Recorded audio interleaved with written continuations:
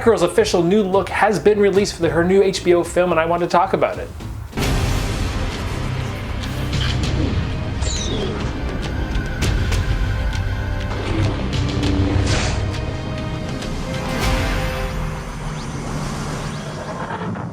A few days ago, Batgirl's new look for her HBO film, it was released on the internet. There were spy pictures and official pictures, and it's really cool to see, and I really want to take the bit of time to talk about it. Like most of the characters in the comic books, like from Marvel and DC both, a lot of characters, as they go through the years, evolve. They have costume changes, whether it's story related, whether it's just the fancy of an artist, or whether it's because of new mandates and whatnot, or evolutions of that character.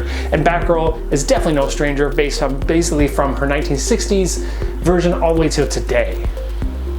Now, Batgirl, when her first inception into the comics, looked a little different, but then it was only like a year before we actually got her first live action version, which is really, when you look at how it all works out between TV and comics and everything, even today's standards, that's pretty quick.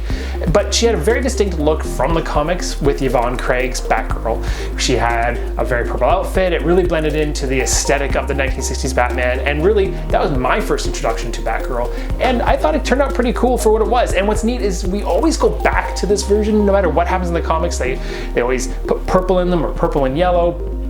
And even the more recent DC Superhero Girls cartoon series harkens all the way back to this one as well. So it's really interesting to see how that live action original portrayal was one that affected her costumes throughout the entire legacy of her character. Now, this particular version that was released online looks fantastic, and it takes an incredible amount of inspiration from the Batgirl of Burnside series back in 2014. Now, that version had some very specific mandates at the time for redesigning Batgirl's look.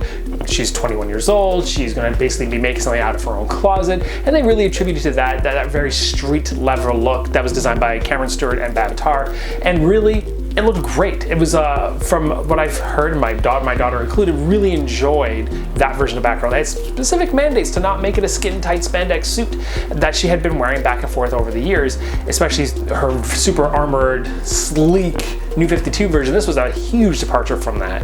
And it went over really well. It really had that street level Arrow-esque look to it, because even Arrow itself started off with this whole idea that he grabbed a green jacket and pants and decided to make a superhero persona, and even though it's not quite that off the rack, that's the idea, and you can really see how that bled into this design as well. What's interesting is this particular design was changed after, and then just recently back here in 2021 was actually just kind of referring back to that Batgirl Burnside version. It definitely has a lot of traits that kind of carried over to her current look, which is much more Dark Knight looking, with that version kind of all mixed up together.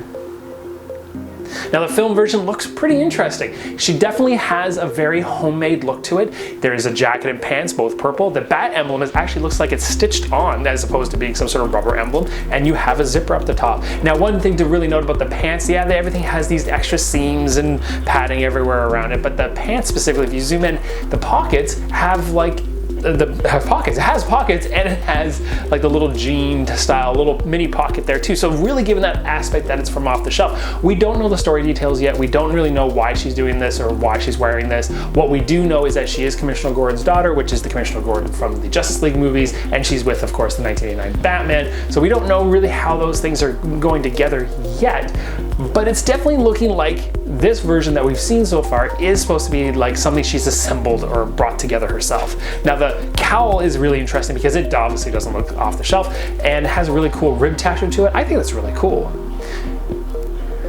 The cape definitely looks like it's from the Batgirl Burnside style. It's really hard to tell in the photos, but it looks like it's attached or snapped on. Probably one of the more disappointing things I feel about the costume, because you have the yellow Doc Martens there. They're there, they look great, but then she's got black gloves and more of a black and gold utility belt. But it works for what it is. It has a very, like I said, grabbed homemade pieces to it. She even has a drop leg holster that looks like a fairly standard military looking one. So again, street level, homemade, thrown together Batgirl. I think it's really great. I think this is a great way to introduce her. She's got a costume that's not super form-fitting. It's a little more rough and tumble. If you know anything about filming and reason why Arrow and the Arrowverse shows typically had lead in the first place was because of the long stunts and days and the length that those costumes had to actually last through an entire season. leather just plainly holds up better. So I can see why they went that route. Plus it makes it look really down and gritty. So I'm really looking forward to seeing how it works out together. I think it's a really great way of introducing the character by picking a costume that does relate to the comics. And what's really interesting to me is some of the fan reaction to this has been kind of weird, in my opinion, because Arrow and the Flash, for instance, when they first came on the scene, they didn't have costumes that referred to the comics at all. They were completely made for the shows as a way to start as a year one starting ground to get to the final costume, which both of them did and meander in different ways. And Batgirl is a complete reference from the comics, and I think that's fantastic.